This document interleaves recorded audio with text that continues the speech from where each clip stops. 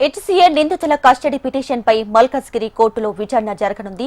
HCA ఆర్థిక అవకతవకలపై సమగ్ర విచారణ చేయాలంటూ కోర్టుని సీఐడీ అధికారులు ఆశ్రయించారు. నిందితులను 10 రోజుల పాటు కస్టడీకి అనుమతి ఇవ్వాలని కోరారు.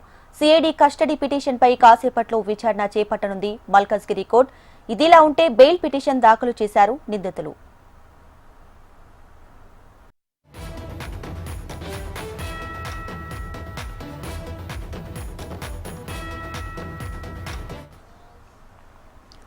హెచ్సీఏ నిందితుల కస్టడీ పిటిషన్పై మల్కజ్గిరి కోర్టులో విచారణ జరగబోతుంది. హెచ్సీఏ ఆర్థిక అవకతవకలపై సమగ్ర విచారణ చేయాలంటూ కోర్టుని సీఐడీ అధికారులు ఆశ్రయించారు.